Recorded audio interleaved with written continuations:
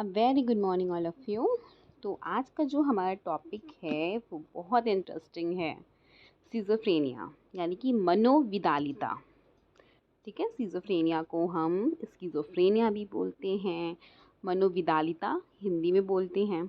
ठीक है, सबने नाम सुना होगा। ठीक है, और सुन के ही ऐसा लगता है कि हम father of the disorders, mental disorders के बारे में बात कर रहे हैं या grandfather of the mental disorders के बारे में बात कर रहे हैं।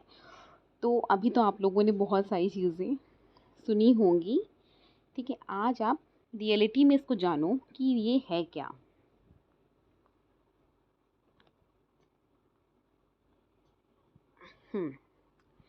सिज़ोफ्रेनिया जो है एक बहुत ही सीरियस मेंटल डिसऑर्डर है जिसे जनरली हम मैडनेस कहते हैं। ठीक है, या मैड बोलते हैं, हिंदी में पागल कहते हैं। ठीक है, सिज़ोफ्रेनिया थिंकिंग और ट्रबल मूड जो होता है हमारा, क्षुब्ध मनोदशा।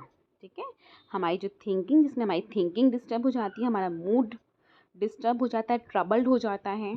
ठीक है, डिफरेंट डिफरेंट टाइप की प्रॉब्लम्स डेवलप करने लगता है। तो थिंकिंग और ट्रबल मूड का एक डिसऑर्डर है। थिंकिंग में एक ऐसी विकृति की अभिव्यक्ति रोगी किसी वस्तु, चीज़ पर ध्यान केंद्रित करने की इनएबिलिटी को दर्शाता है कि वो किसी भी चीज़ पे ध्यान नहीं दे पाएगा। ठीक है, इससे जो पेशेंट है उसमें क्या होने लगता है, रॉन्ग परसेप्शन डेवलप हो जाता है, रॉन्ग बिलीफ डेवलप हो जाता है, रियलिटी को समझने में उसे डिफ़िकल्टीज़ होने लगती हैं। ठीक है, देखो ये क्या बताया अभी मैंने कि जो सिज़ोफ्रेनिया है उसमें क्या सबसे मेन प्रॉब्लम आ रही है, थिंकिंग में और ट्रबल्ड मूड की प्रॉब्लम है। ठीक है, मूड में डिस्टर्बेंस पाए जा रहे हैं। तो जब थिंकिंग में ऐसी इश्यू आ रहे हैं, भाई वो किसी स्पेसिफिक ऑब्जेक्ट पे ध्यान नहीं दे पा रहा है। अब इसको वो ऑटिज़्म और डेवलपमेंटल डिसऑर्डर से रिलेट मत करना। ठीक है, कि अटेंशन डेफिशिएंसी में ध्यान नहीं दे पा रहे, नहीं वैसा नहीं। ठीक है, ये ऐसा डिसऑर्डर है जिसमें जब इंसान किसी चीज़ पे अटेंशन नहीं दे पाता, कंसंट्रेशन नहीं कर पाता या उसमें एक इनएबिलिटी महसूस करता है, तो फिर इससे क्या होगा, जब हम किसी चीज़ पे कंसंट्रेशन नहीं देंगे, ध्यान से किसी चीज़ को चुनेंगे नहीं या सुनेंगे नहीं, तो मिसपरसेप्शन डेवलप हो जाएंगे, मिसबिलीफ यानी कि रॉन्ग बिलीफ डेवलप हो जाएंगे और रियलिटी को समझने में डिफ़िकल्टीज होने लगेंगी। ठीक है, तथा लैंग्वेज और रिलेटेड इमोशनल एक्सप्रेशन में भी जो बैलेंस है वो भी नहीं बैठ पाएगा।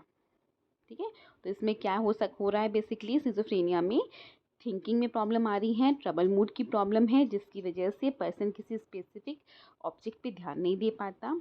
अब उसका रिजल्ट क्या होता है, उसके अंदर रॉन्ग परसेप्शन डेवलप हो रहा है, रॉन्ग बिलीफ डेवलप हो रहे हैं, वो रियलिटी को समझ नहीं पा रहा, रियलिटी को समझने में उसे डिफ़िकल्टी हो रही है, और साथ ही साथ लैंग्वेज और इमोशनल एक्सप्रेशन आपस में मैच नहीं कर पा रहे, इम्बैलेंस हो गए हैं, इनएबिलिटी महसूस हो रही है उसे। ठीक है, अब इसको एक परफेक्ट जो डेफिनेशन दी थी डेविसन और नील ने, उन्होंने क्या बोला था, उन्होंने बताया था कि जो सिज़ोफ्रेनिया है एक ग्रुप है साइकोटिक डिसऑर्डर का। ठीक है, सिज़ोफ्रेनिया साइकोटिक डिसऑर्डर का एक ग्रुप है जिसमें थिंकिंग, इमोशन और बिहेवियर में डिस्टर्बेंस पाया जाता है। ठीक है, अब कैसे डिस्टर्बेंस पाया जा रहा है। ठीक है, थिंकिंग में डिस्टर्बेंस है, तो थिंकिंग में कैसा डिस्टर्बेंस है कि डिसऑर्डर्ड हो जा रही है थिंकिंग। ठीक है, जैसे हमारी थिंकिंग क्या होती है, जब हम तुमसे पूछेंगे आप कहाँ गए थे, कहाँ से आ रहे हो, क्या खाया है, तो आप बताओगे मैं घर से आ रहा हूँ, आज मॉर्निंग में मैंने ये ब्रेकफास्ट किया था, और मैं कहाँ जा रहा हूँ आप बता पाओगे, मैं घर जा रहा हूँ। ठीक है, एक लॉजिकल ऑर्डर में सीक्वेंसिंग होती है थिंकिंग की। पर जब हम बात करते हैं सिज़ोफ्रेनिया, तो यहाँ तो हम बात कर रहे हैं ना कि थिंकिंग में डिस्टर्बेंस डेवलप हो गया, तो यहाँ पे जो थिंकिंग है डिसऑर्डर्ड हो जाएगी, in which ideas are not logically related, मतलब कि जो भी चीज़ें होंगी थिंकिंग की, उसकी जो भी बातें वो बता रहा होगा वो आपस में रिलेट नहीं कर रही होंगी। मैं यहाँ गया और फिर वो मिला, फिर चले गया, खेल रहा था, ऐसा कर रहा था, वैसा कर रहा था, मतलब कोई भी चीज़ आपस में रिलेट नहीं करे। एक राजा था, फिर मेरी सहेली मिली, है ना, ऐसे कोई भी बात वो बोलेगा जिसमें उसके जो आइडियाज़ हैं उसकी थिंकिंग के, वो आपस में रिलेट नहीं करेंगे। ठीक है, नेक्स्ट है, इसमें बताया थिंकिंग भी तो हो रहा है, फिर परसेप्शन में भी प्रॉब्लम आ रही है, फॉल्टी परसेप्शन हो जा रहा है, अटेंशन फॉल्टी हो जा रहा है, bizarre disturbance in motor activity, जो मोटर एक्टिविटी के चलने फिरने का एक जो नॉर्मल पर्सन का रूटीन होता है उसका बिजार हो जाएगा, और उसके जो एक्सप्रेशन होंगे वो फ्लैट होंगे और इनएप्रोप्रिएट होंगे। कहाँ पे हंसना है, कहाँ मुंह बनाना है, कहाँ कैसे खड़े होना है, उसको इन सब चीज़ों में इनएप्रोप्रिएटनेस फील होगी, इनएबिलिटी फील होगी। ठीक है, अब ये डेफिनेशन अगर आपने अच्छे से समझ ली तो सिज़ोफ्रेनिया को आपने समझ लिया। अब इस डेफिनेशन के बेस पे हम क्या क्या मेन चीज़ें बोल सकते हैं कि जो पेशेंट है उसकी थिंकिंग इतनी डिस्टर्ब हो जाती है कि उसके जो थॉट्स हैं वो आपस में लॉजिकल सीक्वेंस उनका ख़त्म हो जाता है। ठीक है, जो थॉट्स थे, जो भी बातें वो कर रहा है, उनका आपस में कोई तालमेल नहीं रहेगा। तो आप वो सुनते ही कहोगे अरे यार ये अजीब है, पागल वागल है क्या कि कैसी बातें कर रहा है, क्या पूछा था, क्या बता रहा है, क्या कह रहा है, कुछ समझ नहीं आ रहा। ठीक है, इस तरीके से। ठीक है, फिर है पेशेंट्स को रियलिटी का कोई भी ज्ञान नहीं रहता और वो अपनी ही इमेजिनेटिव दुनिया में व्यस्त रहता है। ठीक है, उसकी एक अपनी दुनिया होती है, उसमें खुश रहता है वो, और उसमें कई तरह के डेल्यूजन्स होते हैं और हेलुसिनेशंस होते हैं। अभी what is delusion and what is hallucination आगे डिस्क्राइब करेंगे। पेशेंट्स एक इमेजिनेटिव दुनिया में रहना अधिक पसंद कर रहा है, इसलिए क्या होगा जनरली वो जो उसकी रियल लाइफ है, ठीक है, रियलिटी की जो लाइफ है उससे उसका सोशल कॉन्टेक्ट टूट जाएगा, ऑब्वियस सी बात है। ठीक है, रोगी का जो पेशेंट है उसका सिर्फ थिंकिंग या इमोशन ही नहीं डिस्टॉर्ट हुआ है, बल्कि उसका बिहेवियर भी डिस्टॉर्टेड हो गया है। ठीक है, ख़राब हो गया है, विघटित हो गया है। ठीक है, ये हुआ सिज़ोफ्रेनिया क्या है, और इसकी जो डेविसन और नील ने जो डेफिनेशन दी थी उसके अकॉर्डिंग मैंने बताया कि क्या क्या चीज़ें हुई। अब भी बहुत बड़ी चीज़ आती है कि हिस्टोरिकल पर्सपेक्टिव क्या है, हिस्ट्री क्या रही है सिज़ोफ्रेनिया की। तो सिज़ोफ्रेनिया एक ऐसी सीरियस मेंटल डिसऑर्डर है जो ह्यूमन कल्चर में बहुत पहले से ही रही है, हमेशा से कुछ ना कुछ किसी ना किसी रूप में रहा है। बस इसे समझते समझते जानते जानते थोड़ा सा टाइम लगा और इसके फॉर्म्स बदलते गए। ठीक है, जैसे कटिंग ने बहुत पहले बताया था, इसी रोग को बोला था कि ये मैडनेस है, इसको पागलपन कहा था। वहीं पे हिपोक्रेट्स ने 460 से 370 बीसी में, जो कि एक ग्रीक थेरेपिस्ट थे, इन्होंने बताया बॉडी ह्यूमर में, अगर जो बॉडी ह्यूमर्स होते हैं ना हमारे अंदर, ब्लैक बाइल, येलो बाइल, ठीक है, फैलेग्म, ठीक है, अगर इन सब में डिसबैलेंस डेवलप हो जाता है, इम्बैलेंस डेवलप हो जाता है, तो ये रोग डेवलप हो जाता है। हम सब में बॉडी ह्यूमर्स होते हैं, ह्यूमर्स होते हैं। ठीक है, और इसमें अगर इम्बैलेंस होगा तो हमें ऐसे रोग डेवलप हो जाते हैं, उन्होंने कहा। वहीं गैलन ने बोला, जो कि एक रोमन फिजिशियन थे, उन्होंने बोला कि ये जो रोग है इसको डिमेंशिया कहा गया। ठीक है, क्योंकि इन्होंने कहा कि एनिमल स्पिरिट जो है उसके लिए, इस तरह के रोग के लिए, इस तरह के रोग को उन्होंने एनिमल लाइक बिहेवियर बोला और उसके लिए उन्होंने डिमेंशिया वर्ड यूज़ किया। वहीं पे जो बेल्जियन थे, जो कि एक साइकियाट्रिस्ट थे, ठीक है, बेल्जियम के एक जो साइकियाट्रिस्ट थे वेंडिक मोराल, उन्होंने एक 14 साल की एक बच्चा था जिसमें उन्होंने देखा कि प्रोग्रेसिव एपैथी, मतलब भाव शून्यता, कोई भाव नहीं आ रहा, कोई एक्सप्रेशन नहीं आ रहा, विड्रॉल हो रहा है उसमें, इमोशनल इनस्टेबिलिटी है, इमोशंस में कोई स्टेबिलिटी नहीं, कब रो रहा है, कब गा रहा है, कब उदास बैठा है, इन सब में स्टेबिलिटी नहीं है। इसके लिए उन्होंने डिमेंस प्रिकॉक वर्ड का यूज़ किया। ठीक है, वेंडिक मोराल ने, एक बेल्जियन के साइकियाट्रिस्ट थे। ठीक है, ये वैसे तो ये जो लड़का था, उन्होंने बताया कि बहुत ही इंटेलेक्चुअल था। ठीक है, उसका एकेडमिक परफॉर्मेंस बहुत अच्छी थी, परंतु ग्रेजुअली देखा गया कि धीमे धीमे उसने स्टडीज़ से अपना इंटरेस्ट खो दिया है और वो उन सभी चीज़ों को भूल गया जिससे उसने प्रीवियसली लर्न किया था। तो उस लड़के के इस तरीके के सीरियस इंटेलेक्चुअल और मेंटल डिटोरिएशन को डिमेंस वर्ड नाम दिया गया। ठीक है, और इस तरह के जो मेंटल डिटोरिएशन हुआ है कि जो इनिशियल स्टार्टिंग थी उसको प्रिकॉक बोला गया। फिर एमिल क्रैपलिन आए। अब धीमे धीमे बता रहे हैं ना कैसे कैसे कि पहले मैडनेस बोला, कटिंग ने, हिपोक्रेट्स ने बोला बॉडी ह्यूमर्स में इम्बैलेंस की वजह से हो रहा है, तो गैलेन ने बोला कि इसको इस ऐसे जो एनिमल स्पिरिट टाइप बिहेवियर होते हैं उनको हमें डिमेंशिया बोलना चाहिए। फिर बेंडिक मोराल आए जिन्होंने बताया कि एक बच्चा था जिसमें progressiveness, apathy, withdrawal, emotional stability पाई गई, तो उसके लिए इन्होंने डिमेंसिया प्रिकॉक वर्ड यूज़ किया। अब इन्होंने बताया कि डिमेंस किसके लिए यूज़ करते हैं, डिमेंस इसलिए यूज़ किया गया कि जो उसमें मेंटल, ठीक है, और एकेडमिक डिटोरिएशन हुआ, उसके लिए डिमेंस वर्ड यूज़ किया गया, ठीक है। और इनिशियल स्टार्टिंग में जो मेंटल डिटोरिएशन हुआ इसके लिए इन्होंने प्रिकॉक वर्ड यूज़ किया। इसके बाद आते हैं 1879 में हमारे एमिल क्रैपलिन, ये नाम बिल्कुल याद रखना, जिन्होंने मोराल द्वारा प्रपोज्ड जो नेम था डिमेंस प्रिकॉक, उसका एक लैटिन वर्ड था डिमेंशिया प्रिकॉक्स, उसका वर्ड यूज़ किया, ठीक है। इस तरह से सिजोफ्रेनिया का जो उपप्राक नाम था या नाम था, दूसरा नाम था, उसे डिमेंशिया प्रिकॉक्स था, ठीक है। डिमेंशिया प्रिकॉक्स को ही पहले, सिजोफ्रेनिया को ही पहले डिमेंशिया प्रिकॉक्स बोला जाता था। यानी कि डिमेंशिया का मतलब है प्रोग्रेसिव इंटेलेक्चुअल डिटोरिएशन, ठीक है, आपकी इंटेलेक्चुअलिटी में डिटोरिएशन होने लगा। और प्रिकॉक्स का मतलब था अर्ली रिसेट, ठीक है।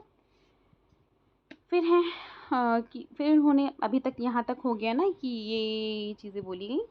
इसके बाद ब्लूलर आए, ठीक है, ये सब आपको याद रखना है। ब्लूलर आए, उन्होंने क्या बोला, इन्होंने इस तरह की मेंटल डिसऑर्डर के लिए सिजोफ्रेनिया वर्ड यूज़ किया।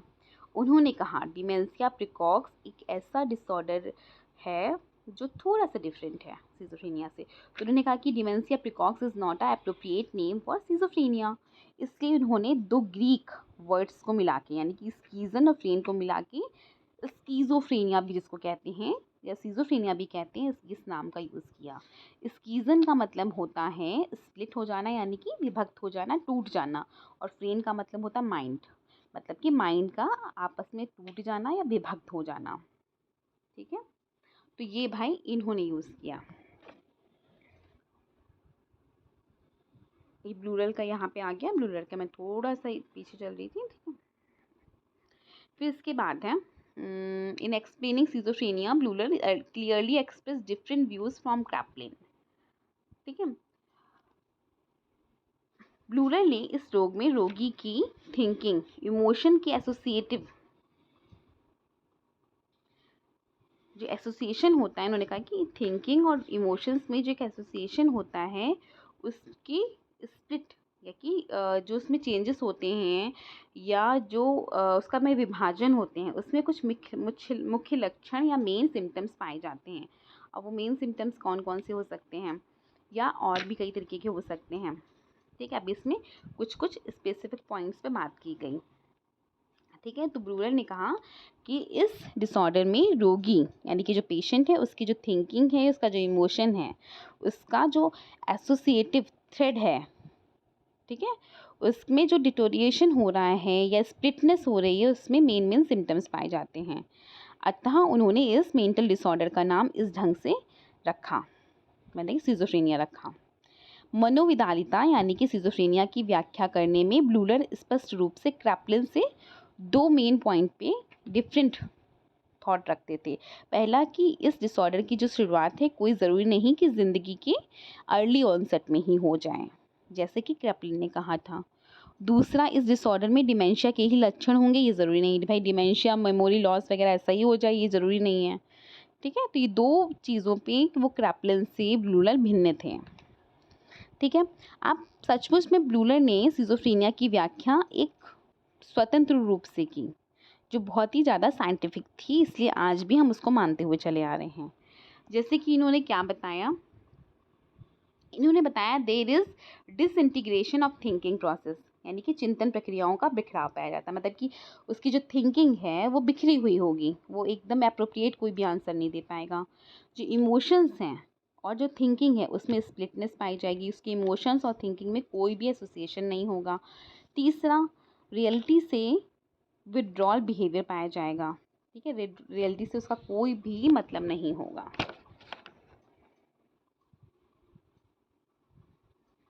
तो ऐसे छोटी छोटी चीज़ें बताते गए।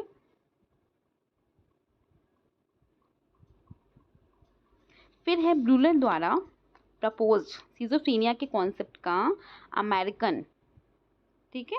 अमेरिकन साइकियाट्रिस्ट जो थे उन पर काफ़ी ज़्यादा अच्छा प्रभाव पड़ा और अमेरिकन जो साइकियाट्रिस्ट थे उन्होंने आगे आकर इस डिसऑर्डर के बारे में, इस मेंटल डिसऑर्डर के बारे में काफ़ी सारी स्टडीज़ की, रिसर्च की और मनोविदालिता यानी कि सिज़ोफ्रेनिया के कॉन्सेप्ट को और एक्सपेंड किया। फिर एडोल्फ मेयर आए, ठीक है, देखो इस सीक्वेंस में है। एडोल्फ मेयर आए, उन्होंने भी इस पे काम किया, ठीक है। अब इनका नाम बहुत प्रमुख है क्योंकि ये एक अच्छे अमेरिकन साइकियाट्रिस्ट थे। मनोविदालिता के अमेरिकन कॉन्सेप्ट पर ब्लूरर के पड़ने वाले प्रभावों का अंदाज़ा सिर्फ हम इस बात से लगा सकते हैं कि 20वीं शताब्दी का जो फर्स्ट पार्ट था, ठीक है, 20th सेंचुरी जो थी, इसका जो फर्स्ट पार्ट था उसमें सिज़ोफ्रेनिया की जो पेशेंट थे उनकी संख्या में काफ़ी वृद्धि हो गई। क्योंकि भाई जब तक हमें पता ही नहीं ये इस डिसऑर्डर के पेशेंट हैं, तब तक तो हम उन्हें किसी कैटेगरी में नहीं रख सकते, ना हम उसका ट्रीटमेंट कर सकते हैं। लेकिन जैसे ही पहचान मिली तब तक वैसे ही उस डिसऑर्डर के पेशेंट्स में काफ़ी वृद्धि हो गई, ठीक है। तो हम मान सकते हैं, बता सकते हैं कि कितना ज़्यादा जो ब्लूलर ने काम किया उसका कितना ज़्यादा इफेक्ट पड़ा। तो काफ़ी सारे पेशेंट्स को सिज़ोफ्रेनिया के रूप में पहचाना जा सका, ठीक है। फिर आए हैं हमारे जो रिसर्चर हैं, उन्होंने काफ़ी सारे काम किए। फिर आए कसानिन ने डिमेंस प्रिकॉक्स के 9 रोगियों में पाया कि उनमें से इस विकृति की शुरुआत अचानक हुई, यानी कि अर्ली ऑनसेट में नहीं हुई, जैसे क्रैपलिन बोलते हैं, ठीक है। और उन 9 पेशेंट्स में उन्होंने पाया कि ये अचानक से ही उनकी शुरुआत हुई थी और अचानक से वो अपने आप ही ठीक हो गए। उन्होंने इन पेशेंट्स में सिज़ोफ्रेनिया की सिम्टम्स और अफेक्टिव सिम्टम्स दोनों का ही कॉम्बिनेशन पाया कि सिज़ोफ्रेनिया के सिम्टम्स पाए जा रहे हैं, अफेक्टिव सिम्टम्स यानी कि फीलिंग रिलेटेड सिम्टम्स भी पाए जा रहे हैं। इसको इन्होंने स्कीज़ो अफेक्टिव साइकोसिस कहा। स्कीज़ो मतलब स्किज़ोफ्रेनिया के सिम्टम्स, अफेक्टिव यानी कि इमोशंस, फीलिंग्स रिलेटेड प्रॉब्लम्स, ठीक है। तो स्कीज़ो अफेक्टिव दोनों को जोड़ दिया, स्कीज़ो अफेक्टिव साइकोसिस कहा। कसानिन द्वारा प्रपोज्ड यह प्रकार बाद में सिज़ोफ्रेनिया के अमेरिकन कॉन्सेप्ट का क्या बना, एक हिस्सा बन गया, जिसे DSM-1 में जगह दी गई, DSM-1 और DSM-2 में जगह दी गई, ठीक है। फिर हॉक और पोलाटिन आए।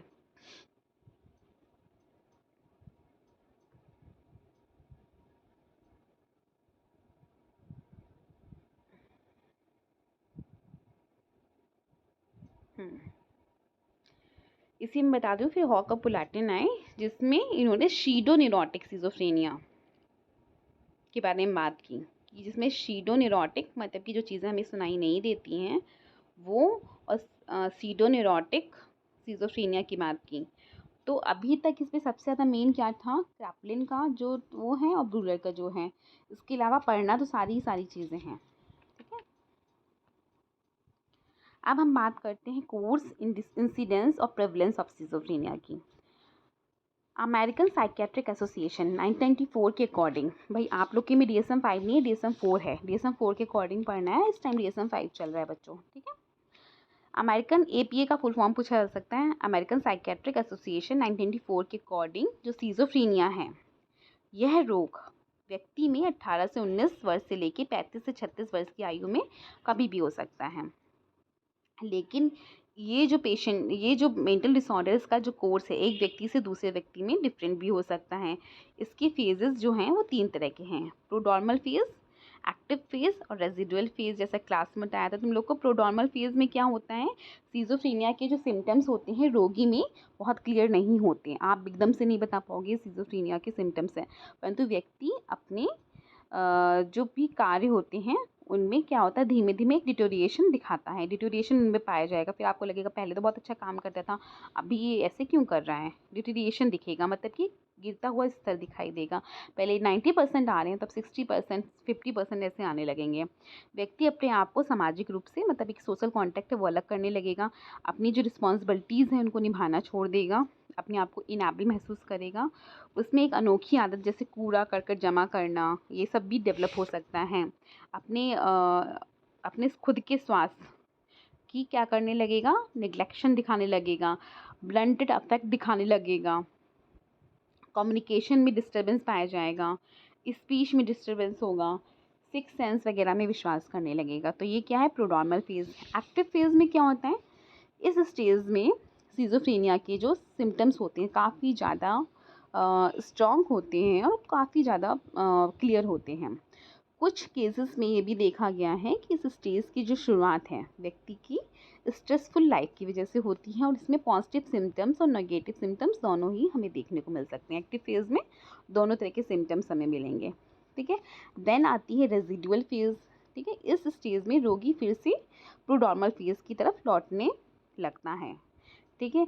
अब इसमें क्या है, एक्टिव फेज़ के गंभीर, ठीक है, जो बहुत ही गंभीर सिम्टम्स थे, मतलब कि पॉजिटिव और नेगेटिव सिम्टम्स थे, वो थोड़े से कम हो जाते हैं, ठीक है। फिर भी रोगियों में क्या है, कॉन्टिन्यूस डिटोरिएशन दिखाई देता है। रोगी की जो इमोशंस होती हैं, पेशेंट्स की जो भी इमोशंस हैं, वो थोड़े से फ्लैट दिखाई देते हैं, ठीक है, ब्लंट दिखाई देते हैं। तो ये 3 आपके फेज़ हैं जो आपको याद रखने हैं। फिर अब हम बात करते हैं क्लिनिकल सिम्टम्स ऑफ या क्लिनिकल पिक्चर ऑफ सिज़ोफ्रेनिया की। तो इसमें 3 तरह के सिम्टम्स आपको देखने को मिलेंगे, पॉजिटिव, नेगेटिव और साइकोमोटर सिम्टम्स। पॉजिटिव सिम्टम्स क्या होते हैं? पॉजिटिव सिम्टम्स उन हम सिम्टम्स को कहते हैं जिसमें जो पेशेंट हैं नॉर्मल वर्क्स की जो मनोवैज्ञानिक या साइकोलॉजिकल एक्सेस है वो ज़्यादा दिखाते हैं। मतलब कि बहुत ज़्यादा एक्सेस होगी, यहाँ पे अधिकता पाई जाएगी, जैसे delusion, hallucination, disorganise thinking, speech inappropriate effect, ठीक है। पॉजिटिव सिम्टम्स में हर चीज़ ज़्यादा होगी, मतलब ज़्यादा बोल रहे हैं, ठीक है, ज़्यादा शक कर रहे हैं, इस तरीके से ज़्यादा साइकोलॉजिकल एक्सेस ज़्यादा होती है पॉजिटिव सिम्टम्स में। वहीं निगेटिव सिम्टम्स में जो साइकोलॉजिकल एक्सेस होती है वो ना पाई जाके साइकोलॉजिकल डेफिसिट पाई जाती हैं, मनोवैज्ञानिक कमी पाई जाती है। इसमें पॉवर्टी ऑफ स्पीच, मतलब बोल ही नहीं रहा है, ब्लेंड और फ्लैट इफेक्ट, अप्रोप्रिएट इफेक्ट का यूज़ नहीं कर रहा है, डिस्टर्ब रिलेशनशिप और एक्सटर्नल वर्ड से सोशल कॉन्टेक्ट कर गया। साइकोमोटर सिम्टम्स इस कैटेगरी में क्या होगा कि आपकी जो भी मूवमेंट्स हैं, बिहेवियर हैं, ठीक है, उसमें प्रॉब्लम्स पाई जाएंगी, ठीक है। मूवमेंट रिलेटेड प्रॉब्लम है, स्पॉन्टेनिटी रिलेटेड प्रॉब्लम्स हैं, एक्सप्रेशन रिलेटेड प्रॉब्लम्स हैं, ठीक है। नेक्स्ट आता है पॉजिटिव सिम्टम्स। अब इसको थोड़ा सा डिटेल में पढ़ते हैं। पॉजिटिव सिम्टम्स में मैंने बताया तुम लोगों को कि साइकोलॉजिकल एक्सेस पाया जा रहा है। तो डेल्यूजन इसमें पहला आपका सिम्टम है। डेल्यूजन सबसे मेन है। डेल्यूजन में का क्या मतलब है? एक रॉन्ग बिलीफ या फॉल्स बिलीफ जिसके गलत होने का सबूत पेशेंट के सामने होता है, लेकिन वो उसे गलत मानने को तैयार नहीं होता क्योंकि उसका परसेप्शन, अटेंशन, कंसंट्रेशन सब डिस्टर्ब्ड है, ठीक है। सिज़ोफ्रेनिया के कुछ रोगी तो ऐसे होते हैं जिनमें एक ही जो डेल्यूजन है बहुत स्ट्रांग होता है, परंतु कुछ ऐसे भी होते हैं जिसमें एक से ज़्यादा डेल्यूजन हो सकते हैं, जैसे delusion of persecution, delusion of reference, delusion of grandiosity, delusion of control, ठीक है। डेल्यूजन ऑफ परसिक्यूशन में क्या होता है कि रोगी को एक ऐसा विश्वास हो जाता है कि लोग उसे योजना बनाकर क्या कर रहे हैं, विभेदित कर रहे हैं, डरा रहे हैं, धमका रहे हैं, उस पर आक्रमण करना चाह रहे हैं, उसे जानबूझकर तंग किया जाता है, ठीक है, डेल्यूजन ऑफ परसिक्यूशन में। डेल्यूजन ऑफ रेफरेंस में क्या होता है कि रोगी दूसरे के कार्यों, व्यवहारों में विशेष एवं व्यक्तिगत महत्व जोड़ता रहता है। उसे जैसे अगर बहुत सारे लोग अपनी खुद को इम्पोर्टेंस देता रहेगा, ठीक है, जैसे कुछ लोग बात कर रहे हैं आपस में तो उसको लगेगा लोग उसके बारे में बात कर रहे हैं। अगर वो टीवी भी चलते हुए देखेगा और टीवी के पात्र आपस में कुछ डायलॉग बाजी कर रहे हैं तो उसको लगेगा लोग उसके बारे में ही बात कर रहे हैं। फिर है डेल्यूजन ऑफ ग्रैंडियोसिटी, ये सबसे ज़्यादा, ये भी मैंने बहुत देखा है।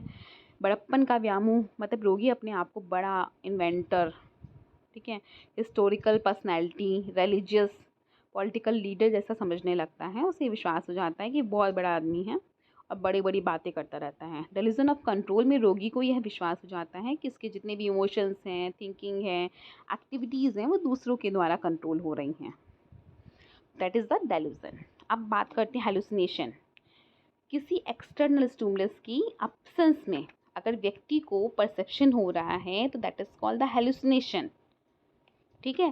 डेल्यूजन क्या था? फॉल्स बिलीफ, मतलब जो नहीं है उस पर विश्वास करना। भाई कोई आपके बारे में बात नहीं कर रहा, फिर भी आपको लग रहा है आपके बारे में बात कर रहे हैं और आप उसी पे विश्वास कर रहे हो, तो ये डेल्यूजन है। हेलुसिनेशन मतलब कि कोई भी चीज़ नहीं है, रस्सी पड़ी है और आपने उसको सांप समझा, ठीक है, ये मिसपरसेप्शन है, ठीक है, ये हेलुसिनेशन नहीं है। रस्सी नहीं पड़ी है फिर भी आपको सांप दिखाई दे रहा है, कोई स्टिमुलस है ही नहीं, कोई ऑब्जेक्ट है ही नहीं, ठीक है, एक्सटर्नल स्टिमुलस की एब्सेंस है फिर भी आपको कुछ नज़र आ रहा है, that is called the hallucination, ठीक है। सिज़ोफ्रेनिया में रोगी में हेलुसिनेशन का बहुत ही स्ट्रॉन्ग एविडेंस पाया जाता है। कई सारे रोगियों में, कई सारे पेशेंट्स में बहुत सारे हेलुसिनेशंस पाए जाते हैं, जैसे कि डेल्यूजन्स कई सारे पाए जाते हैं। पर सबसे ज़्यादा स्ट्रॉन्ग है ऑडिटरी हेलुसिनेशन, मतलब कि उसे आवाज़ें आती रहती हैं कि लोग उससे बात कर रहे हैं। तुम लोगों ने देखा होगा कि कुछ लोग होते हैं, भिखारी जैसे होते हैं, बेगर्स होते हैं, या कुछ ऐसे ही हैं जिन्होंने अपनी हुलिया वुलिया बिगाड़ रखा है, अपना कूड़ा कचरा भीनते रहते हैं। तो कुछ लोग ऐसे होते हैं जो बात करते हुए चले जा रहे होते हैं। तो वो बात किससे कर रहे हैं? उन्हें ऑडिटरी हेलुसिनेशन हो रहे हैं, लोग उनसे खुद बात करते हैं। ठीक है, तो एक्सपेरिमेंटल एविडेंस की बेस पे ये पाया गया कि जो सिज़ोफ्रेनिया के रोगी होते हैं उन्हें कुछ साउंड और वॉइसेस का परसेप्शन होता रहता है जो उसके सिर के बाहर से आ रही होती हैं। यह बोली जानी पहचानी भी हो सकती है, नई भी हो सकती है, किसी एक आदमी की भी हो सकती, कई आदमियों की भी हो सकती हैं। कई आदमी उसे आलोचना भी कर रहे हैं, क्रिटिसाइज़ कर रहे हैं, कई हो सकता है कि उसे वो कॉम्प्लीमेंट भी कर रहे हों। ये भी हो सकता है कई बार पेशेंट ये भी दावा करते हैं कि भगवान उनसे बात कर रहे हैं। ठीक है, तो वो उनके आदेशों को सुनता है और फॉलो भी करता है बेटा। तो ये है ऑडिटरी हेलुसिनेशन। ऐसे ही और भी तरह के हेलुसिनेशंस पाए जाते हैं, जैसे कि somatic hallucination, tactile hallucination, visual hallucination, gustatory hallucination, olfactory hallucination. ठीक है, टैक्टाइल हेलुसिनेशन में जैसे रोगी को ये विश्वास हो जाता है कि उसे जलन की संवेदना हो रही है। ठीक है, कि जलन हो रही है उसके शरीर में, नहीं हो रही है फिर भी उसको लग रहा है बिजली का आघात लग रहा है, इलेक्ट्रिक करंट लग गया, शरीर पर छोटे छोटे कीड़े रेंग रहे हैं, उसको ये लगने लगेगा झुंझुनी हो रही है। ठीक है, वाइब्रेशन हो रहा है। सोमैटिक हेलुसिनेशन में रोगी को यह एक्सपीरियंस होने लगता है कि उसके भीतर कुछ हो रहा है।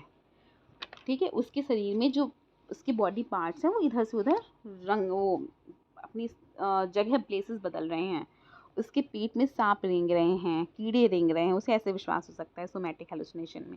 विजुअल हेलुसिनेशन में रोगी को ऐसी चीज़ें दिखाई देती हैं जो वहाँ उपस्थित नहीं होती, लोग दिखाई दे रहे हैं जो होंगे नहीं। ठीक है, वो उन्हीं से बात करेगा। ठीक है, टेस्ट हेलुसिनेशन में पेशेंट को यह अनुभव होने लगता है उसके खाना खाने, पानी पीने के स्वाद बिल्कुल ही चेंज हो गया है। ऑल्फैक्टरी हेलुसिनेशन में उसे एक स्पेसिफिक टाइप की स्मेल आएगी जो होती ही नहीं है कभी भी। ठीक है, तो ये सब क्या है, हेलुसिनेशन के टाइप हैं।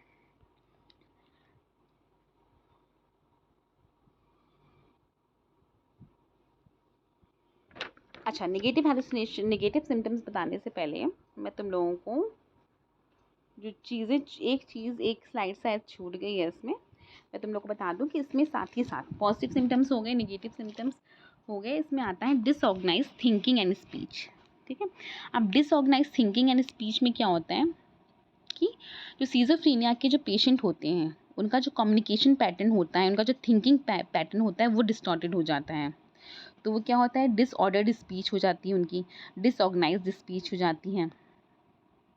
ठीक है, डिसऑर्गेनाइज्ड या डिसऑर्डर्ड जो स्पीच है, ऐसी स्पीच को कहा जाता है जिसमें रोगी के जो थॉट्स होते हैं, ठीक है, उनका जो एसोसिएशन होता है वो बिगड़ जाता है।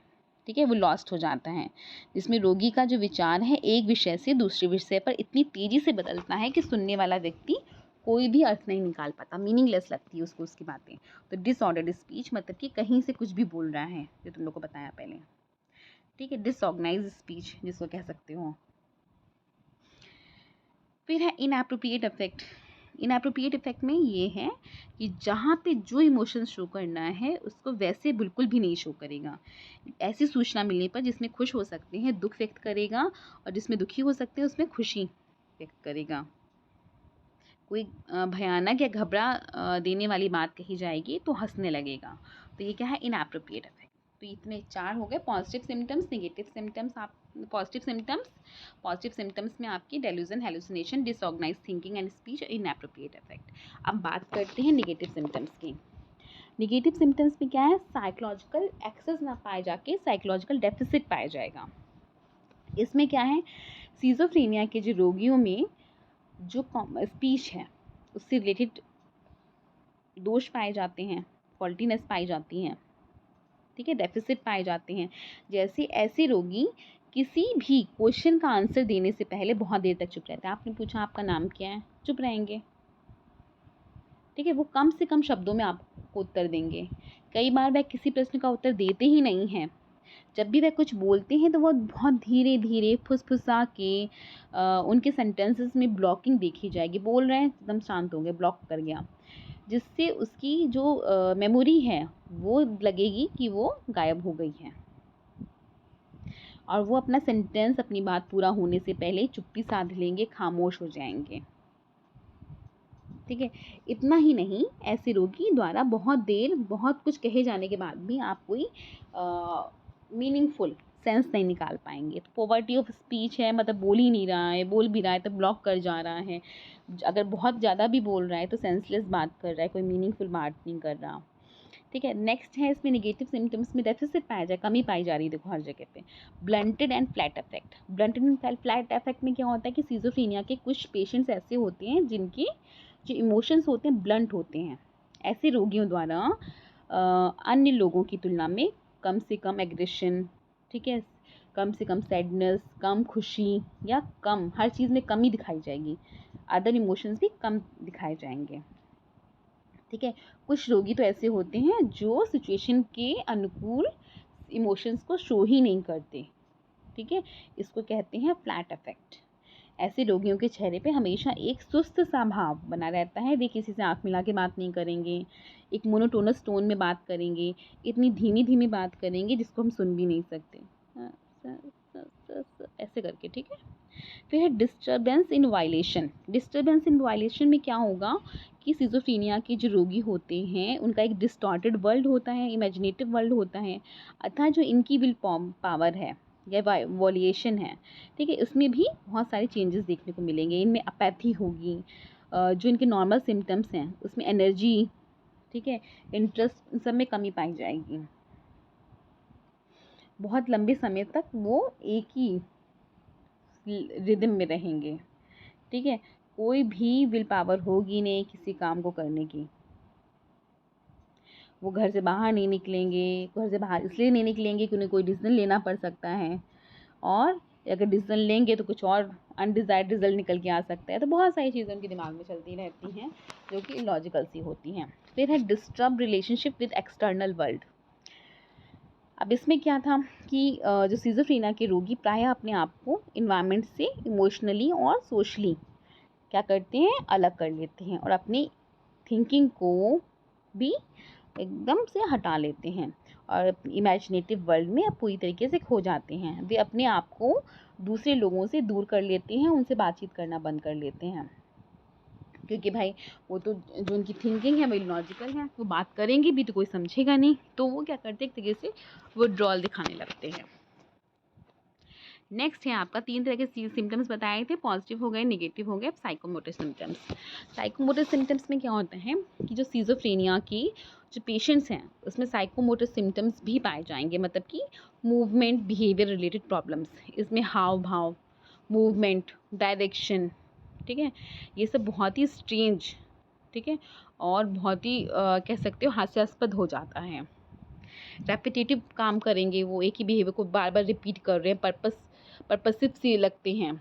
ठीक है, तो आप साइकोमोटर सिम्टम्स का एक एक्सट्रीम फॉर्म है जिसको आप लोग आगे चल के सुनोगे, कैटाटोनिया। इसे catatonia stupor, catatonia rigidity, catatonia posturing, जैसे आप देख रहे हो ये जो पिक्चर्स हैं वो सही है, ये कैटाटोनिया रिजिडिटी की, ऐसे ही खड़े रहेंगे घंटों। कैटाटोनिया पॉस्चरिंग, कैटाटोनिक एक्साइटमेंट बोला गया है। ठीक है, इसमें क्या है, अनरिस्पॉन्सिवनेस वो दिखाते हैं लंबे समय तक। ठीक है, कोई भी स्पीड, कोई भी मूवमेंट नहीं दिखाएंगे, एक खामोशी की अवस्था में अपने आप को रख पाते हैं। ऐसे ही जो हमारा कैटाटोनिक स्टूपर में अनरिस्पॉन्सिवनेस है, लंबे समय तक बिना चले बिना बोले रह सकते हैं, वो घंटों घंटों रह सकते हैं। ठीक है, कैटाटोनिक स्टूपर वाले। कैटाटोनिक रिजिडिटी में क्या है, घंटों एक दृढ़ व सीधी मुद्रा में वो क्या करेंगे, खड़े रहेंगे, बने रहेंगे जैसा आप उनको खड़ा कर दोगे। कैटाटोनिक पॉस्चरिंग में क्या होगा, रोगी लंबे समय तक एक अजूबा शारीरिक स्थिति बनाकर घंटों एक पैर पर खड़ा रहकर एक हाथ सीधा ऊपर करके रह सकता है। ठीक है, और कभी कभी से फ्लेक्सिबिलिटी भी कहते हैं। जैसा आप उनका हाथ बनाते जाओगे वैसा वो बनाते जाएंगे। देखो फ्लेक्सिबिलिटी। अब घंटों तक ऐसे बैठे रहेंगे वो। सोच लो, हम थोड़ी देर तक अगर एक पेंसिल में आपको कहें कि इसको पकड़ के बैठो तो आप नहीं पकड़ के बैठ पाओगे, क्योंकि फिर आपका पूरा ध्यान उसी पे हो जाएगा और वो भारी लगने लगती है वो पेंसिल। अब बात करते हैं टाइप्स ऑफ सिज़ोफ्रेनिया की। अभी तक जितना भी आपने पढ़ा तो एक तरीके से हेट्रोजेनस मेंटल डिसऑर्डर है, ठीक है। अब सिज़ोफ्रेनिया के कुछ रोगियों में हेलुसिनेशन प्रोमिनेंट है, किसी में डेलूजन प्रोमिनेंट है, किसी में दोनों प्रोमिनेंट है। तो क्रैपलिन ने इसके कई तरह के प्रकार बताए थे, जैसे कि हैबिफ्रेनिक, कैटाटोनिक और पैरानॉइड। पर DSM-4 में जो क्रैपलिन थे उन्होंने इसको 5 में डिवाइड कर दिया: catatonic schizophrenia, paranoid, undifferentiated, residual और डिसऑर्गेनाइज्ड, ठीक है। अब डिसऑर्गेनाइज्ड सिज़ोफ्रेनिया से स्टार्ट करेंगे कि डिसऑर्गेनाइज्ड सिज़ोफ्रेनिया क्या है। क्रैपलिन ने बोला इसे हैबिफ्रेनिक भी बोला है इसी को, डिसऑर्गेनाइज्ड सिज़ोफ्रेनिया को, ठीक है। इसमें कन्फ्यूज़न, इनकोहेरेंस और फ्लैट इफेक्ट मेन सिम्टम्स होते हैं। इसमें डेलूजन भी पाया जाता है, ठीक है। हाइपोकॉन्ड्रिकल सिम्टम्स भी पाए जाते हैं, परसिक्वेटरी भी पाए जाते हैं, ठीक है, कि लोग उसको क्या करने, उस पर आक्रमण करना चाहते हैं, उसको मारना पीटना चाहते हैं, इस तरीके की चीज़ें। तो ये सारी चीज़ें किसमें, डिसऑर्गेनाइज्ड सिज़ोफ्रेनिया में पाई जाती हैं।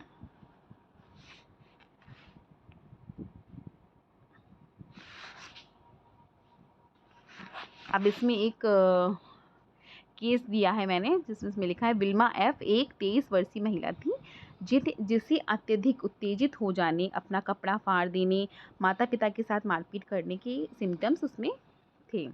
वह अपने आप से बातचीत करती रहती थी। उसे बिलीव था कि अन्य लोग हमेशा उसके साथ कमरे में बैठे रहते हैं।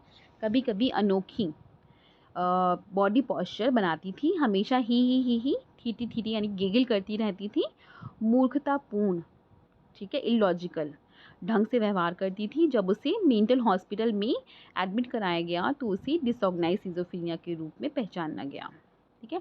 15 मंथ्स तक मेंटल हॉस्पिटल में रहने के बाद उसे वहाँ से छुट्टी दे दी गई, क्योंकि उसके जो सिम्टम्स थे, उनकी जो सीरियसनेस थी वो ख़त्म हो गई। घर पे आकर वह बिल्कुल ही समान ढंग से घरेलू कार्यों में हाथ बटाने लगी। जब वह 31 से 32 साल की हुई तो वह फिर से इनएप्रोप्रिएट सेक्सुअल रिलेशनशिप भी कुछ मेल्स के साथ इस्टेब्लिश करने लगी, ठीक है, जिससे उसके कुछ ऐसे बच्चे हुए, कुछ बच्चे भी हुए जिनकी वो माँ बन गई। जब वह 40 वर्ष की हुई तो वह फिर मेंटली रूप से डिस्टर्ब हो गई। उसका जो बिहेवियर था वो बहुत ही इम्पल्सिव था, बहुत ही इलॉजिकल था। उसे पुनः फिर से मेंटल हॉस्पिटल में लाया गया, जहाँ वह बहुत ज़्यादा मुस्कुराती रहती, इनएप्रोप्रिएट ढंग से हंसती रहती। डेल्यूजनल थिंकिंग के भी उसमें क्या मिले, सबूत मिला, एविडेंस मिले, मतलब डेल्यूजन भी था, हेलुसिनेशन भी था उसमें। तो इसको रखा गया डिसऑर्गेनाइज्ड सिज़ोफ्रेनिया में। ये एक रियल केस एग्जाम्पल है। नेक्स्ट है catatonic schizophrenia. Catatonic schizophrenia Karl ब्रम ने दिया था ये नाम, जिसको हम टेंशन इंसैनिटी या तनाव पागलपन भी कहते हैं। ये एक ऑर्गेनिक डिसऑर्डर कहा गया, जिसमें उन्होंने बताया कि इस डिसऑर्डर का जो मेन कारण है वो ब्रेन में स्वेलिंग का आ जाना है। उस समय इस रोग का जो मेन सिम्टम था वो साइकोमोटर एक्टिविटीज़ में इनहिबिशन यानी कि अवरोध, ऑब्स्टिकल आना बताया गया था, ठीक है। इसी वजह से साइकोमोटर एक्टिविटीज़ में इसमें ज़्यादा देखी जाती हैं, साइकोमोटर एक्टिविटीज़ में प्रॉब्लम ज़्यादा देखी जाती हैं, क्योंकि भाई ऑर्गेनिक डिसऑर्डर है।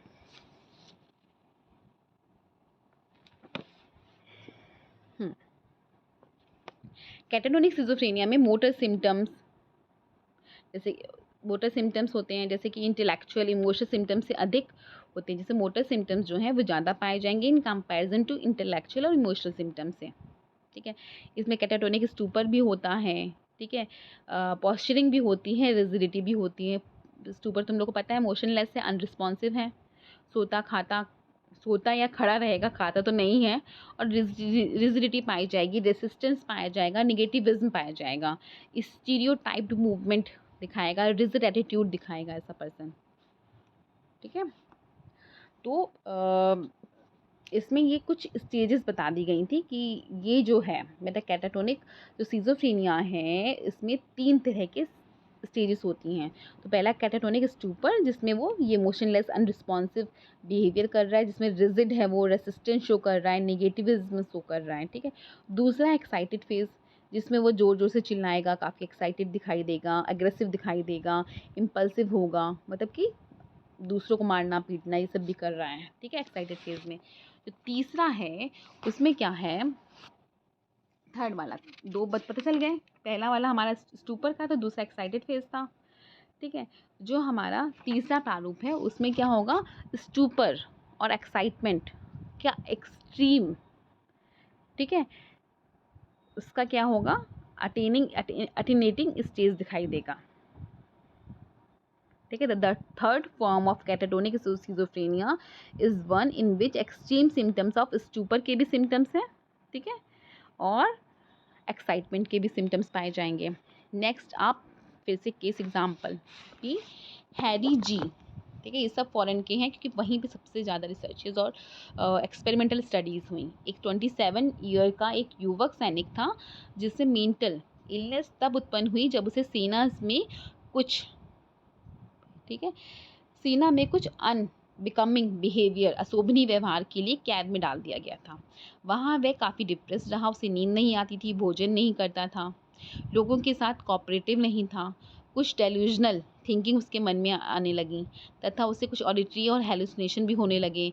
इन कारणों से उसे सैनिक कैद से सैनिक हॉस्पिटल में ट्रांसफ़र कर दिया गया, ठीक है, मतलब कि जेल से उसे इंटर हॉस्पिटल डाल दिया गया और कुछ दिनों तक उपचार के बाद फिर से वह असैनिक ज़िंदगी में लौट आया, जहां उसे साइकेट्रिक हॉस्पिटल में एडमिट कराया गया।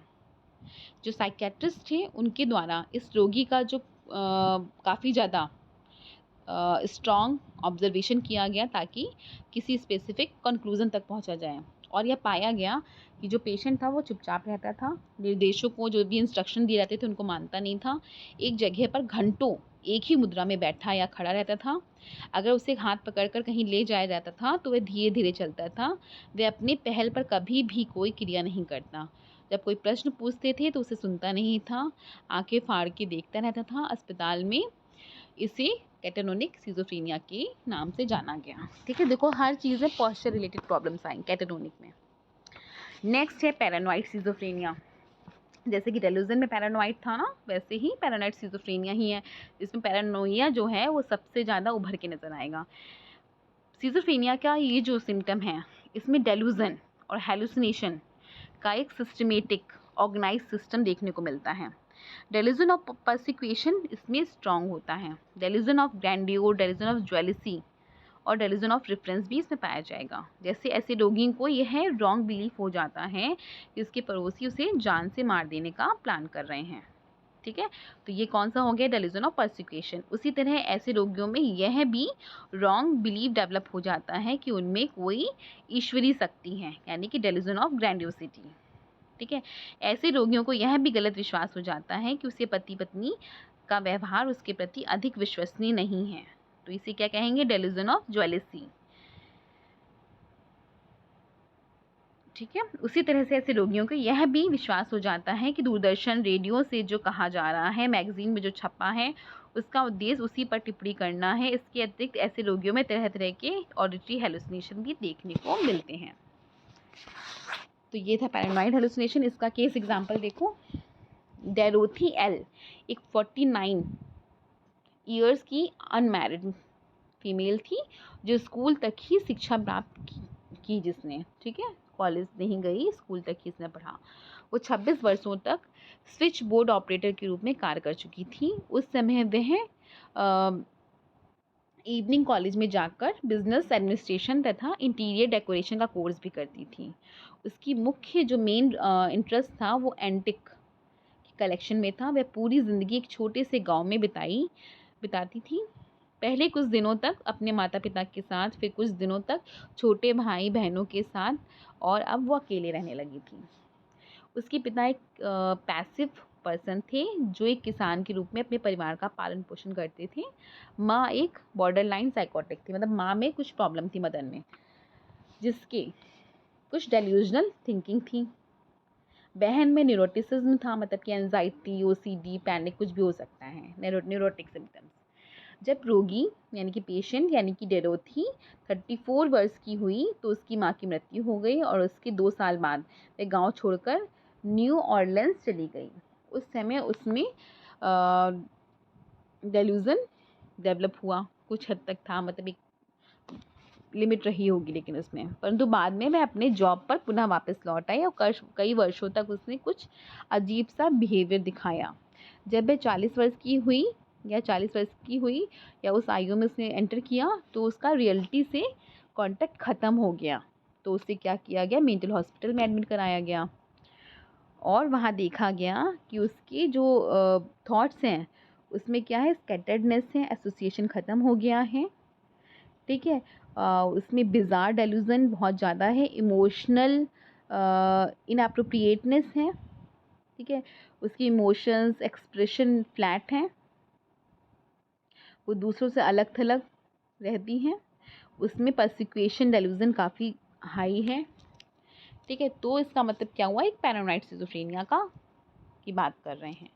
नेक्स्ट बात करते हैं अनडिफरेंशिएटेड सिज़ोफ्रेनिया। इस श्रेणी में उन मेंटल पेशेंट्स को रखा जाता है जिन्हें हम किसी भी कैटेगरी, ठीक है, सिज़ोफ्रेनिया के रोगी के रूप में पहचान तो की जाती हैं, पर हम कोई भी स्पेसिफिक टाइप में उनको नहीं रख पा रहे होते हैं, क्योंकि जब रोगी में सिज़ोफ्रेनिया के लक्षण अचानक उत्पन्न होते हैं तो बहुत ही शॉर्ट टाइम पीरियड में ही वो दूर भी हो जाते हैं, जैसे एक्यूट अनडिफरेंशिएटेड सिज़ोफ्रेनिया, या फिर जब सिज़ोफ्रेनिया का जो रोग है ग्रेजुअल की स्टार्टिंग होती है और लंबे समय तक वो बने रहते हैं तो उसे क्रॉनिक अनडिफरेंशिएटेड सिज़ोफ्रेनिया। जब छोटे समय के लिए तो एक्यूट अनडिफरेंशिएटेड सिज़ोफ्रेनिया और लंबे समय तक बना रहे तो क्रॉनिक अनडिफरेंशिएटेड सिज़ोफ्रेनिया। अब इसमें भी एक केस है कि सिल्विया एम की 45 वर्षीय अविवाहित महिला थी जिसे उनकी पड़ोसियों यानी कि फायर डिपार्टमेंट, हेल्थ डिपार्टमेंट की शिकायतों के आधार पर मेंटल हॉस्पिटल में एडमिट कराया गया। पेशेंट की जो साइकोटिक स्टेज थी उसकी जो शुरुआत है वो 4 वर्षों में हुई थी। 4 वर्षों में उसे सारे सिम्टम्स देखने को मिले हैं, जिसमें वह अकेले रह रही होती है, वह अपने आप से अक्सर बातचीत करती थी, तरह तरह की डेल्यूजन से वो घिरी थी, ज़ोर ज़ोर से चीखती चिल्लाती थी, जैसे उसके पड़ोसी बतलाते थे, रोगी रात में ज़ोर ज़ोर से चिल्लाते हुए सुनी जाती थी, यहाँ से चले जाओ, अगर तुम मेरे बच्चों को ले जाओगे तो मैं तुम्हें जान से मार दूँगी। जबकि सच्चाई ये थी कि उसने तो शादी ही नहीं की, उसका कोई बच्चा ही नहीं था। वह जिस अपार्टमेंट में रहती थी उसमें गंदगी का अंबार था, उसे मेंटल हॉस्पिटल में भर्ती कराया गया था। तो उस समय उसके अपार्टमेंट से 37 बड़े बड़े थैलों में कूड़ा करकट भरकर पाया गया। सिल्विया की माँ की मौत उसके जन्म के कुछ दिनों बाद हो गई थी। पिता जो थे बहुत ज़्यादा ड्रिंक करने वाले पर्सन थे, तो उस पेशेंट की जो पालन पोषण था वो उसके रिलेटिव्स ने किया था। जब उन रिलेटिव्स की भी डेथ हो गई तो वे अपने घर लौट आए और पिता की उत्तम देखरेख उनकी मृत्यु तक करती रहीं। उसके बाद वह बिल्कुल अकेली रहने लगी और धीरे धीरे उसकी जो पर्सनैलिटी थी उसमें डिटोरिएशन देखा गया।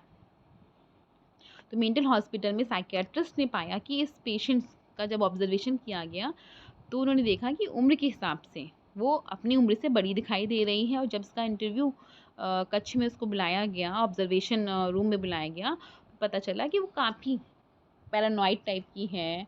ठीक है, काफ़ी शक कर रही है। ठीक है, कुछ सिम्टम्स हर उसके थे। कमरे की दीवारें कोनों पर काफ़ी ध्यान से देख रही हैं, काफ़ी तनावग्रस्त है, घबराई हुई हैं, अपने हाथों को एक दूसरे पर रगड़ रही हैं। ठीक है, इनएप्रोप्रिएट रूप से हंसने लगती हैं। समय स्थान व्यक्ति का ज्ञान नहीं था उसे, और उसमें शॉर्ट टर्म और लॉन्ग टर्म दोनों ही तरह की मेमोरी इसमें फॉल्टीनेस पाई गई, तो उसे अनडिफरेंशिएटेड सिज़ोफ्रेनिया बोला गया। फिर नेक्स्ट है लास्ट, रेजिडुअल सिज़ोफ्रेनिया।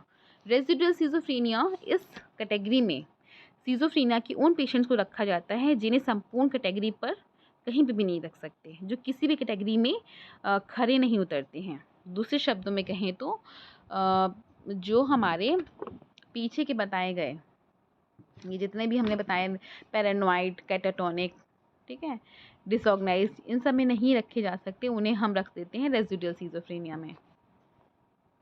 ठीक है, अब इसमें जो मेन सिम्टम्स हैं वो क्या हो सकते हैं, पहले तो सोशल विड्रॉल पाया जा रहा है, इसेंट्रिक बिहेवियर पाया जा रही है, लॉजिकल थिंकिंग पाई जा रही है। DSM-4 के अकॉर्डिंग ऐसे लोगों में सोशल आइसोलेशन और विड्रॉल पाया जाएगा, सोशल रोल्स को निभाने में इम्पेयरमेंट पाया जाएगा, बहुत ही स्ट्रेंज बिहेवियर करेंगे, ग्रूमिंग में कमी होगी, ब्लंट, फ्लैट और इनएप्रोप्रिएट इमोशनल एक्सप्रेशन होगा इनका, ठीक है। अनयूजुअल परसेप्चुअल एक्सपीरियंसेस होंगे, अपैथी और इनिशिएटिवनेस में कमी पाई जाएगी। अब लास्ट आपका आता है एटिलॉजी। अभी तक मुझे लग रहा है आप लोग को सब समझ में आया होगा, क्लास में भी आप लोगों ने पढ़ा था, ऐसा कुछ नहीं कि कुछ नया बताया है आप लोग को। बस बार बार तुम लोग बोलते हो कि मैम बनाइए वीडियोस, तो बना के भेज रही हूँ। और इट्स वेरी डिफिकल्ट कि सिज़ोफ्रेनिया बहुत लंबा चैप्टर है, उसको इतने शॉर्ट में कवर करना। अब एटिलॉजी मतलब किस वजह से डेवलप होता है, तो अगर देखें तो biological view point, psychological view point और सोशियो कल्चरल व्यू पॉइंट 3 हैं, ठीक है।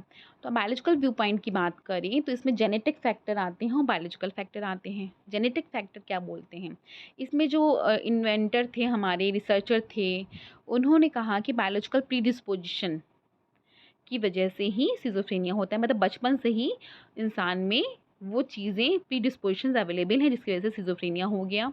और ये प्रीडिस्पोजिशन वे अपने माता पिता से प्राप्त कर लेते हैं लोग। और डायस्थेसिस स्ट्रेस मॉडल के अनुसार जब भी ऐसे लोगों में किशोरावस्था या आरंभिक वयस्कावस्था में स्ट्रेस होता है तो इनमें सिज़ोफ्रेनिया डेवलप हो जाता है, ठीक है। मतलब कि जन्म से ही अगर ये बच्चे अपने माँ बाप से ऐसे प्रीडिस्पोजिशन प्राप्त कर लेते हैं और जब इनको स्ट्रेस महसूस होता है या स्ट्रेस की सिचुएशंस इनके सामने पड़ती हैं तो इनको सिज़ोफ्रेनिया हो जाता है। अब इसमें जेनेटिक फैक्टर में कई तरह की स्टडीज़ की गई, जैसे कि studies of relatives of schizophrenia. Studies of relative of schizophrenia में क्या हुआ था कि इसमें सिज़ोफ्रेनिया के उन व्यक्तियों में इस रोग के रोगी के संबंधी होते हैं, तुलनात्मक रूप से उन व्यक्तियों में इस रोग के होने की संभावना नहीं होती है या अधिक होती है, ठीक है। मतलब कि गॉड्समैन द्वारा किए गए जितनी भी स्टडीज़ थी, ठीक है, उसमें पाया गया कि सिज़ोफ्रेनिया उन व्यक्तियों में जो इस रोग के रोगी के संबंधी होते हैं, तुलनात्मक रूप से उन व्यक्तियों में इस रोग के रोगी के संबंधी नहीं होते हैं की संभावना अधिक। भाई जैसे एक पर्सन है, पर्सन ए, उसमें सिज़ोफ्रेनिया है, ठीक है, तो उसके बच्चों में उस रोग को होने की संभावना अधिक होगी इन कंपैरिजन टू उसके रिलेटिव्स में। उसके रिलेटिव में संभावना कम होगी ना, उसके बच्चों में उस रोग के होने की संभावना ज़्यादा होगी। तो studies of relatives of schizophrenia पे जब देखा गया कि सिज़ोफ्रेनिया के रिलेटिव्स को चेक किया गया तो पाया गया कि रिलेटिव्स में सिज़ोफ्रेनिया होने की संभावना कम होती है कंपैरेटिवली उनके खुद की फैमिली के, ठीक है। तो इसमें वही first order relative, second order relative बताया गया कि जो फर्स्ट ऑर्डर रिलेटिव्स होते हैं, मतलब कि माता पिता, भाई बहन, बच्चे, इनमें 10% तक संभावना बढ़ जाती है। माता पिता में 6%, भाई बहन में 9%, ठीक है, और बच्चों में 13 से 16% तक ये संभावना पाई जाती है।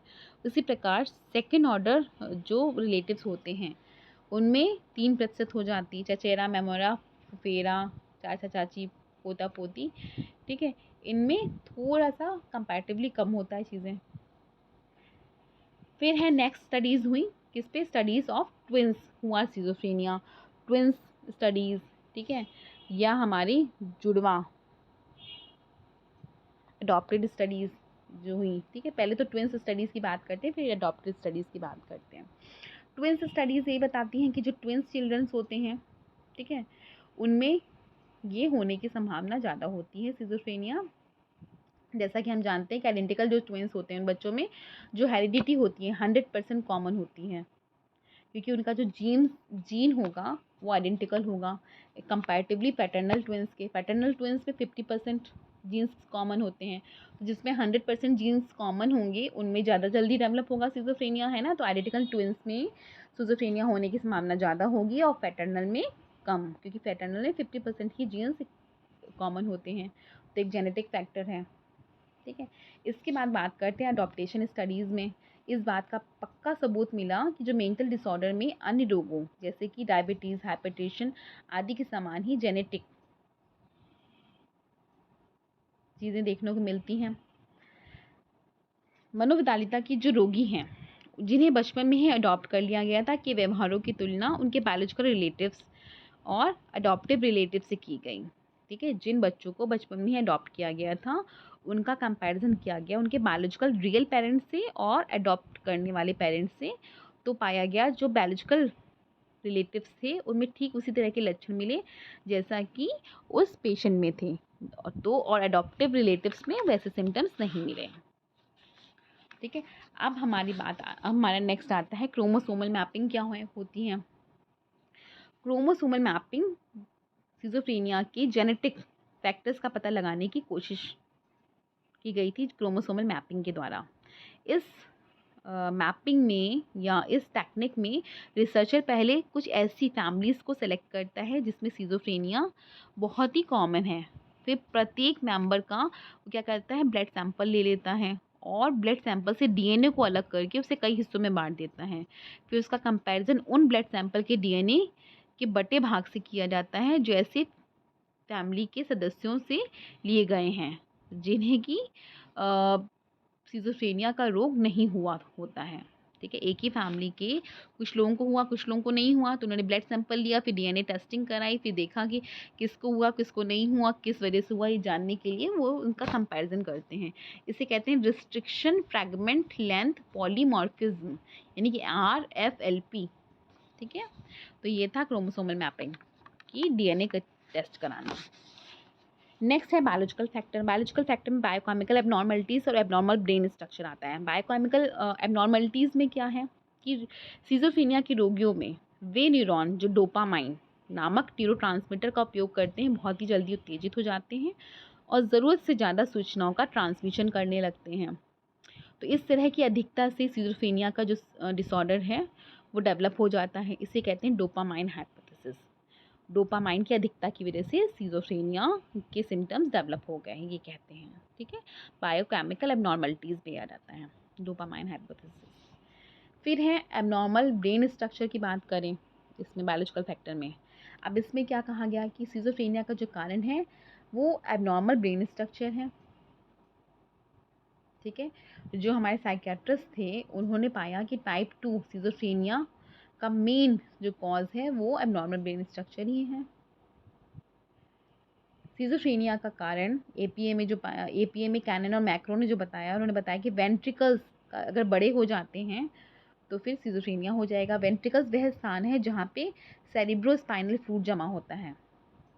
ठीक है, और इसके बड़ा हो जाने से क्या हो जाता है, सिजोफ्रेनिया डेवलप हो जाता है।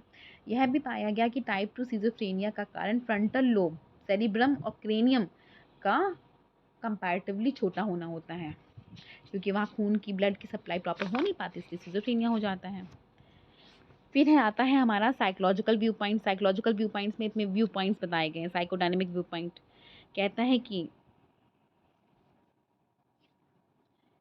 इसमें फ्रायड की बात की गई, तुम लोगों ने पढ़ाई है बाकी डिसऑर्डर्स में।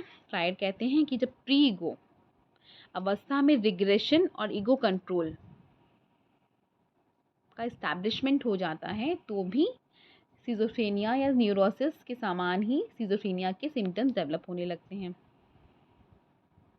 ठीक है, प्री ईगो स्टेज में रिग्रेशन तथा ईगो कंट्रोल का रीस्टैब्लिशमेंट हो जाता है, डिस्ट्यूटिव efforts to reestablishment of ego control हो जाता है, तो भी लोगों में सिजोफ्रेनिया डेवलप हो जाता है। या किसी वजह से अगर पर्सन अपने अनकॉन्शियस की विशेस कॉन्फ्लिक्ट को एक्सप्रेस नहीं कर पाता है तो भी सिजोफ्रेनिया डेवलप हो जाता है। ये साइकोडायनेमिक वो कहता है।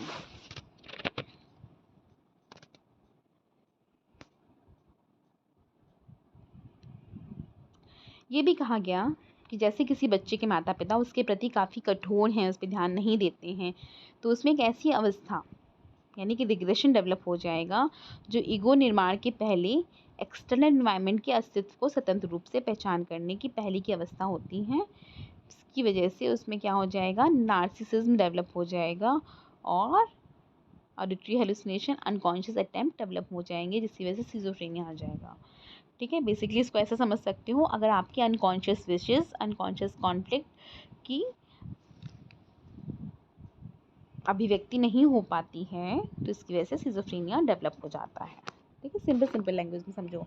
बिहेवियर व्यू पॉइंट क्या बोलता है कि ऑपरेंट कंडीशनिंग के थ्रू इनको बताया गया कि अधिकतर लोगों को अपने वातावरण के जो एजेंट्स होते हैं यानी कि फैमिली, नेबर्स, सोशल इंस्टीट्यूशन और सोशल इंडिकेटर्स जो हैं, ठीक है, उसमें दूसरे लोगों की हंसी, टिप्पणी, अनहैप्पीनेस पे ज़्यादा ध्यान देना सिखाया जाता है। जब वे इन स्टिमुलस के प्रति सोशली डिज़ायर्ड रूप से रिस्पॉन्स करते हैं तो वो क्या करते हैं, अपनी इमोशनल नीड्स को सेटिस्फाई कर रहे होते हैं और वे अपने गोल्स को प्राप्त कर रहे होते हैं। परंतु कभी कभी सिचुएशन ऐसी होती हैं कि इन सोशल इंडिकेटर्स के प्रति ठीक से रिस्पॉन्स करने में ऑब्स्टेकल आने लगते हैं।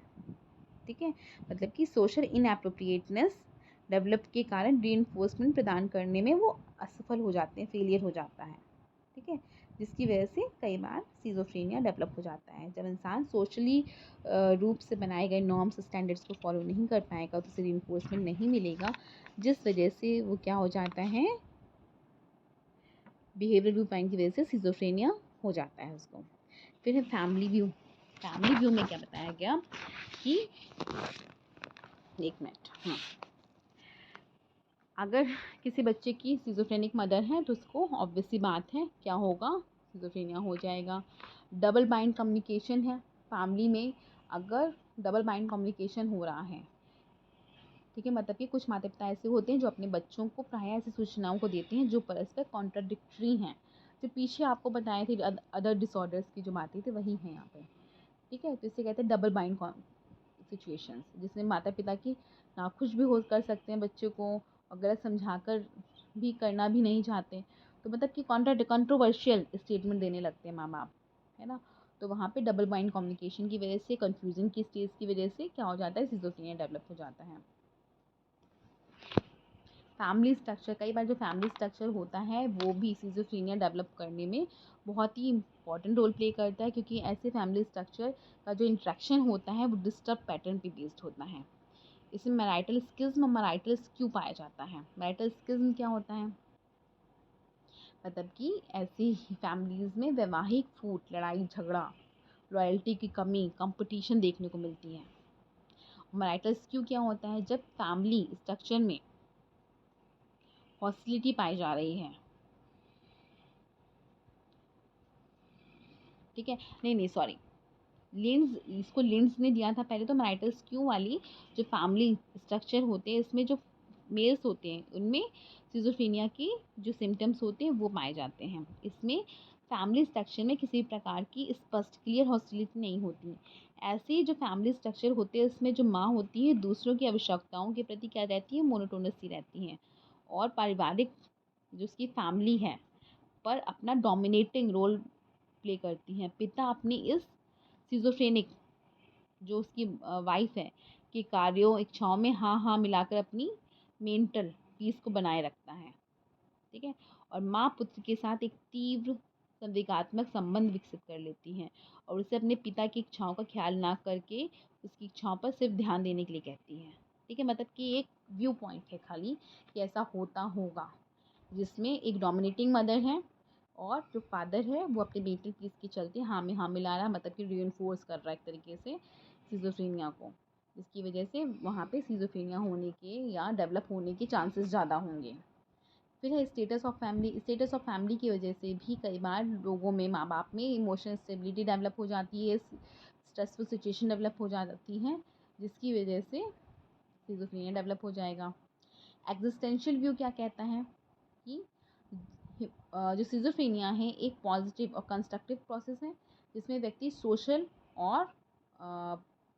सोशल इन्वायरमेंट में कंफ्यूजन तथा दुख से अपने आप को क्या कर लेता है, ठीक करने की कोशिश करता है। अगर व्यक्ति इस प्रोसेस को पूरा करने के लिए अकेले छोड़ दिया जाए तो उसमें क्या होगा, निश्चित रूप से इंटीग्रेशन की एक स्वस्थ तस्वीर हमें मिलेगी।